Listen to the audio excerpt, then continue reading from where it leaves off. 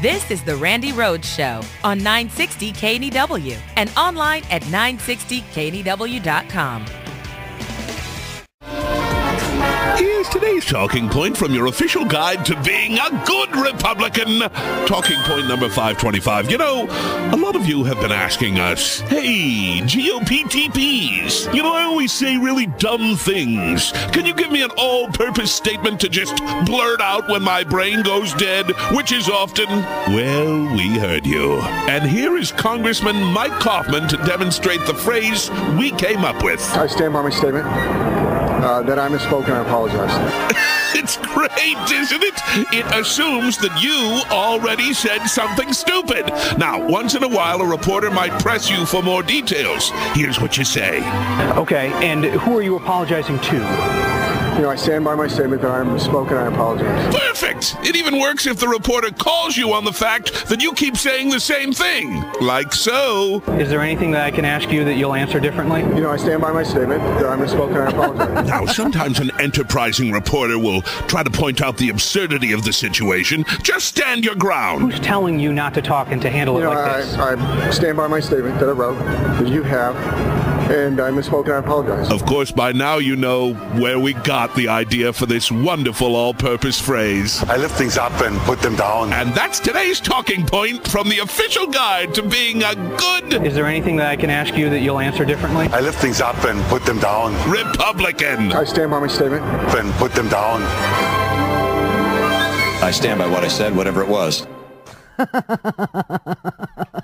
Yeah, these Republicans, I tell you, they don't stray from the script. But can I tell the script writer, just as somebody that writes every day, perhaps if you're going to give them a script, there ought to be more than one line in the script.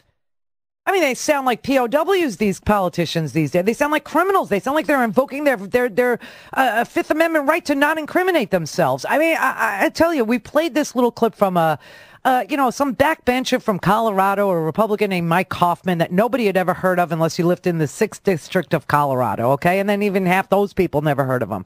But here's this guy who apparently loves the TV. Okay, he has no problem being on the TV. The local news station there has said that Kyle Clark is the reporter that covers politics for the local TV station out in Colorado in the 6th District. And he said that this guy is always on the TV and that he's never at a loss for words. And he's got very strong opinions about everything under the sun. But pretty much he's a moderate Republican. And that's how the voters know him.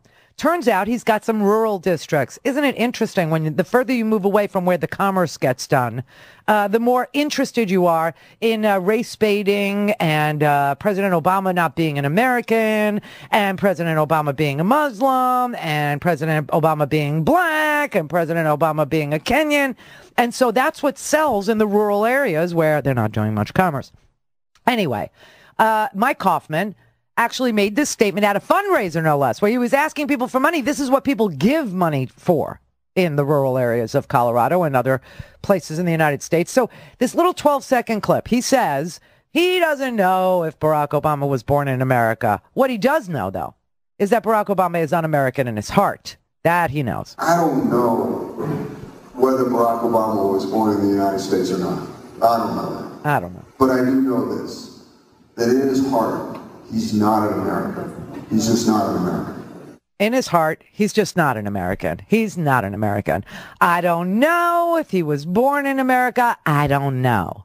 But in his heart, he's not an American. In his heart, he's not. Well, this thing got out, which is really saying something because they had a lousy PA system. I mean, does anybody realize we're in the 21st century? Anybody? Anybody? Bueller?